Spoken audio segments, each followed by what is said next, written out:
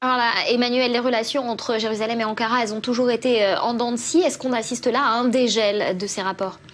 On assiste là à une tentative de renouer des relations qui ont effectivement se sont détériorées ces dernières années, mais il faut bien comprendre et mettre les choses dans leur contexte. Ce n'est pas le Mavi Marmara qui est la seule cause de ces détériorations, c'est-à-dire que cette détérioration a commencé avant. Depuis en fait l'élection de Erdogan au pouvoir en tant que Premier ministre en 2002, il y a eu une dégradation de relations avec Ankara, et c'est vrai que l'épisode du Mavi Marmara a été utilisé par Erdogan plutôt comme un prétexte, je dirais. Ça, il en a fait le point d'orgue des Il en négociations. a fait un point d'orgue. Exactement, mais aujourd'hui, pourquoi est-ce qu'il veut reprendre des relations avec Israël? Essentiellement pour des raisons économiques et géopolitiques. Israël est en train d'émerger comme un pouvoir énergétique avec son gaz naturel. La Turquie a besoin de ce gaz naturel.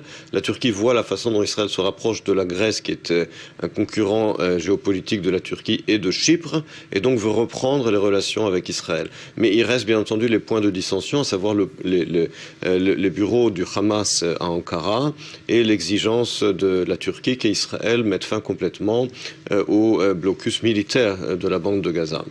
Et dans ces propos du